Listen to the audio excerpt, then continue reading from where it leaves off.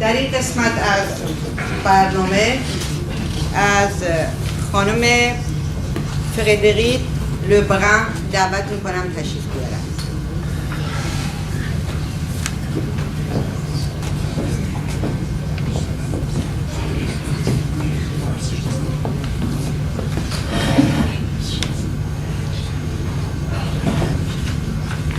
فردریک لبران ژورنالیسته، خبرنگاره.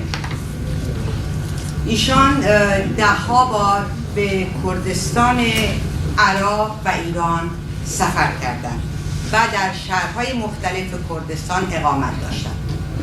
اگر اشتباه نکنم در سال 1991 در کرمانشاه بودند، به مدتی در کرمانشاه اقامت داشتند.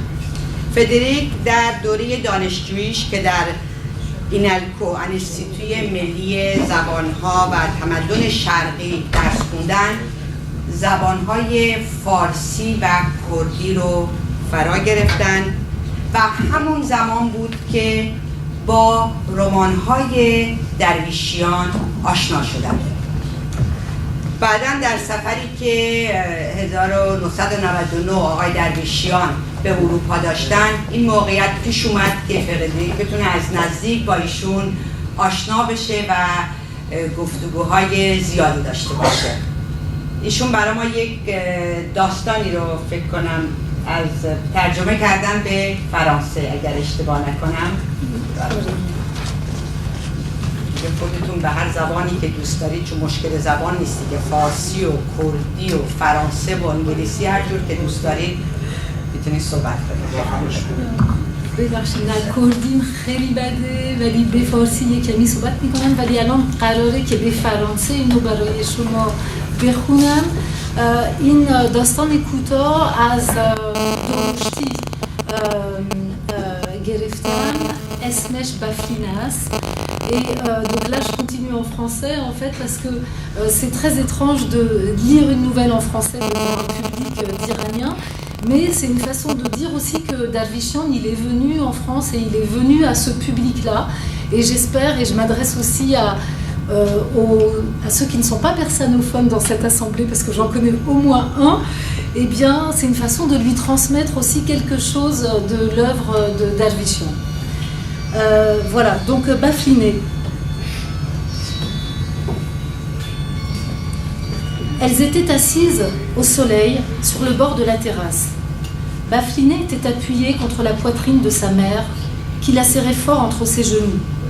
Sous les dents du peigne, les cheveux dorés s'éparpillaient, doux et lisses, sur la peau laiteuse du cou et des épaules de la petite fille. À chaque coup de peigne, les mèches bouclées rebondissaient les unes sur les autres. « Hé, mon oreille, tu m'as arraché l'oreille. »« Qu'est-ce qui t'arrive? Ton oreille est en papier ou quoi? Si on s'arrachait les oreilles en se coiffant, plus personne n'en aurait dans le monde à l'heure qu'il est. » Bafliné porta vivement une main à son oreille. Elle regarda avec attention le bout de ses doigts, comme pour s'assurer qu'elle ne saignait pas. La mère se moqua. « Aïe, aïe, aïe, ton oreille est tombée et tu ne le sais pas. Je vais devoir aller chercher Mamou Mardour aujourd'hui pour t'acheter une oreille de chevreau. » Sur le sol poussiéreux de la terrasse, un petit garçon venait de faire pipi sous lui. Et avec son doigt, il mettait la terre mouillée dans sa bouche. La femme se tourna vers lui.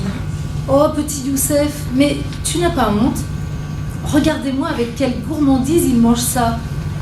On dirait qu'il déguste des baklawas cuits au four, le malheureux. » Sous l'une des narines du garçonnet, une bulle de morve gonflait et se dégonflait.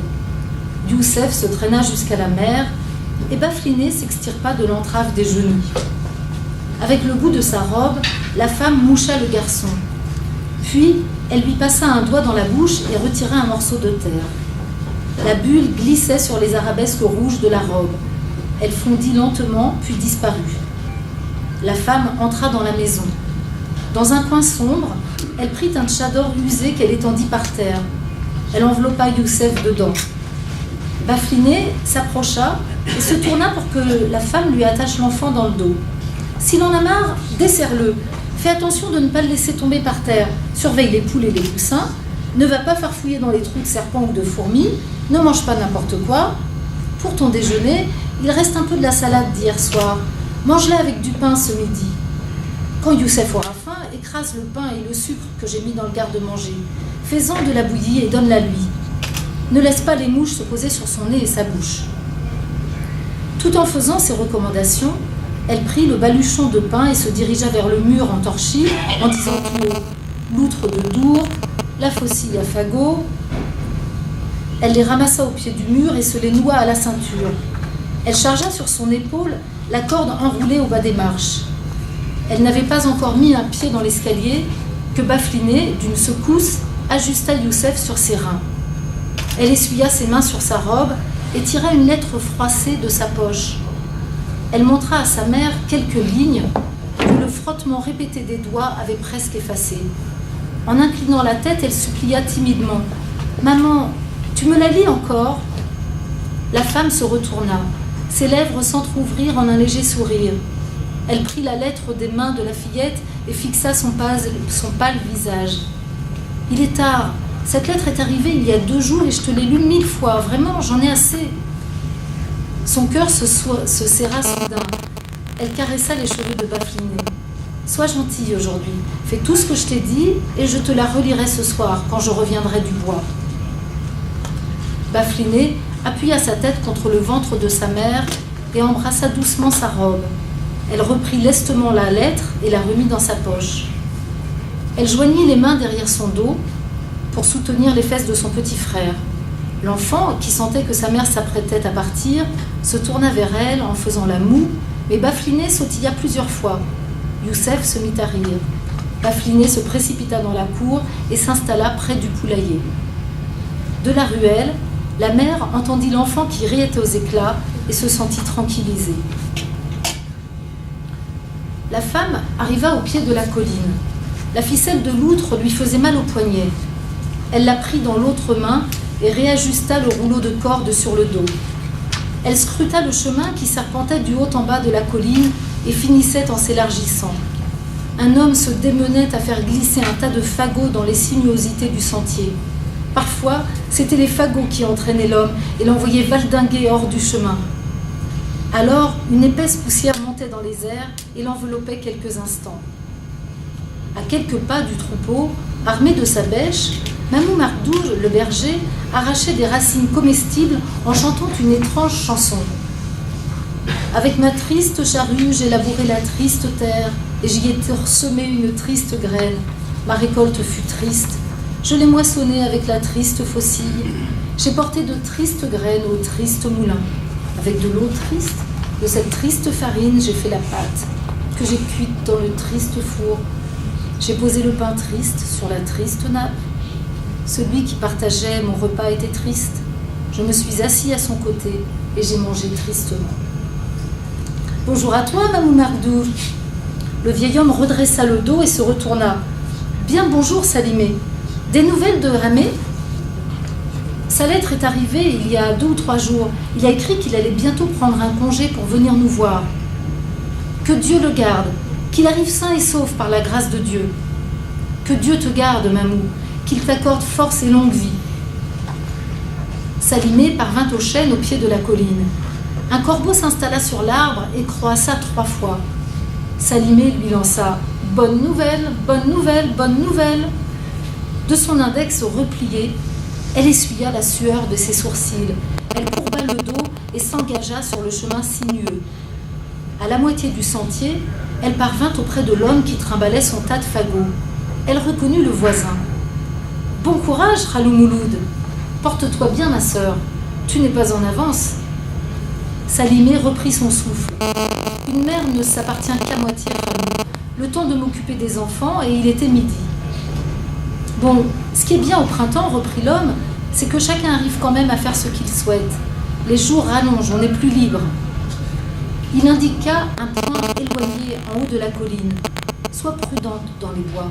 Les animaux, ils sont terrorisés par le grondement des migues et des mirages, et ils attaquent à l'improviste. Je fais attention, Ralou.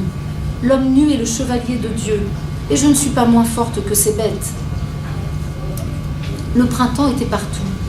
Le vent apportait l'odeur amère des bourgeons d'amandes sauvages. Salimé était fatiguée. Elle abattait sa faucille à droite et à gauche sur les branches et elle dégoulinait de sueur. Son visage était pivoine, et il avait la beauté et la délicatesse d'une fine galette. Midi était maintenant loin. Elle s'appuya contre une souche. Elle s'apprêtait à défaire la ficelle de l'outre lorsqu'un grondement fit trembler le bosquet. Quelques bourgeons de l'amandier sauvage voltigèrent et s'étalèrent au sol. Salimé sursauta de frayeur.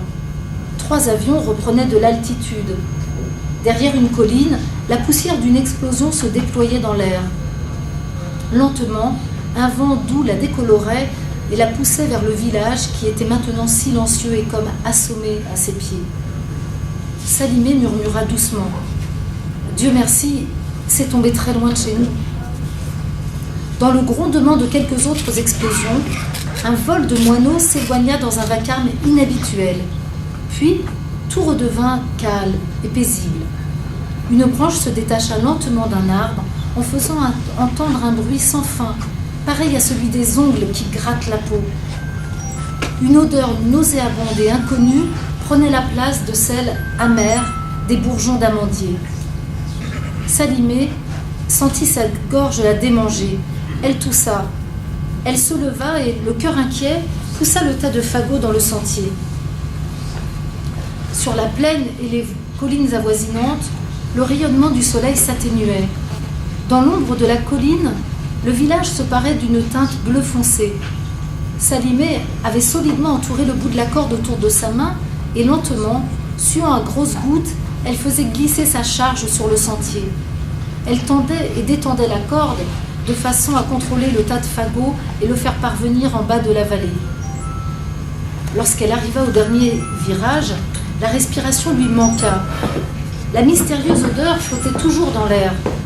Parfois, elle était plus âcre. À d'autres moments, elle s'adoucissait sous l'effet du vent.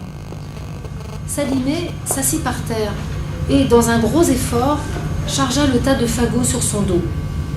La paume de ses mains la brûlait et la démangeait. Elle parvint au pied du chêne. Un corbeau gisait sur le dos, les pattes en l'air. Mamou Mardour, tranquille et silencieux, était assis contre un arbre. La femme ne sut pas vraiment si, comme il le faisait toujours, Mamou Mardour avait lancé « Tu as bien travaillé, porte-toi bien ». Mais elle souffla longuement et avec lassitude, puis répondit comme à son habitude « Toi aussi porte-toi bien, Mamou ». Puis, indécise, elle regarda vers Mamou Mardour. La tête du berger reposait sur ses genoux. Il serrait sa pelle entre ses bras et ses mains pendaient devant lui. Il avait recraché à ses pieds une racine à demi mâchée. La femme pensa que Mamou était en train de renouer les lacets de ses sandales. Alors elle toussa et lança plus fortement. « Mamou, t'es tout le temps en train de dormir. Il va faire nuit. Quand vas-tu ramener le troupeau ?» Mamou ne bougea pas. La femme regarda fixement les moutons. Ils se tenaient calmement les uns derrière les autres. Ils ne toussaient pas. Ils ne ruminaient pas. Le chien de berger, recherchant la fraîcheur du sol, était allongé à plat ventre. Le vent soufflait doucement. L'odeur s'atténuait peu à peu, mais Salimé sentait que sa gorge la démangeait toujours.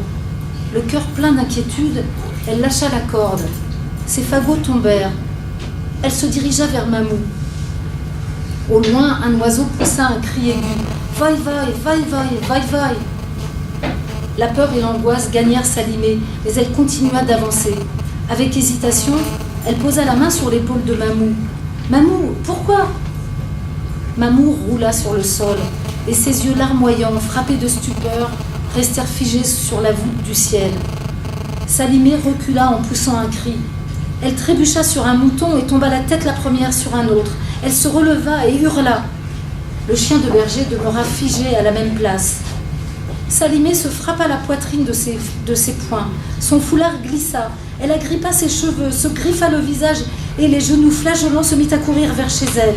Elle atteignit la première maison en bordure du village. C'était celle de Mamou Mardou, de Khalou Mouloud, dont le tas de fagots était resté près du mur de la cour. Khalou Mouloud se tenait à côté de ses fagots, légèrement penchés. Appuyé au mur de sa maison, il tenait à la main un guivet à demi raccommodé. Sa pelote s'était déroulée en tombant. Le bout du fil qu'il maintenait entre ses dents pendait au coin de sa bouche. Sa limée se griffa le visage. Le sang jaillit sous ses ongles. Elle cria « Khalou, Khalou, quel malheur nous est arrivé !» Khalou Mouloud, de ses yeux exorbités, regardait fixement la bordure du mur. L'odeur mystérieuse forcissait plus ou moins sous l'effet du vent. Toujours toussant, la femme ouvrit d'un coup d'épaule la porte en bois de sa cour qui jouxtait celle de Khalou Mouloud. « Bafliné, oh, Bafliné, où es-tu, ma petite chérie ?» En quelques longues enjambées, elle atteignit le poulailler. « Bafliné, ma petite demoiselle, mon petit Youssef, ils dorment. Que je meure, mes chéris. Vous avez mangé quelque chose ou non ce midi ?» Telle une mère affectueuse, Bafliné avait allongé Youssef sur ses bras fins comme des roseaux. Les poussins sans vie étaient éparpillés à côté de la poule. Celle-ci, la tête enfouie sous son aile, ne bougeait plus. La femme secoua la petite main sale de la fillette pour la réveiller. Entre Youssef et Bafliné, la lettre bougeait doucement. Quelques lignes avaient encore pâli à force d'avoir été frottées. J'embrasse de loin ma tendre et chère Bafliné et je mords son joli menton noisette. Dans quelques jours, je demanderai un congé à mon patron et, sur l'épaule bleuie de Bafliné, une fourmi morte s'accrochait à une miette de pain. Bravo.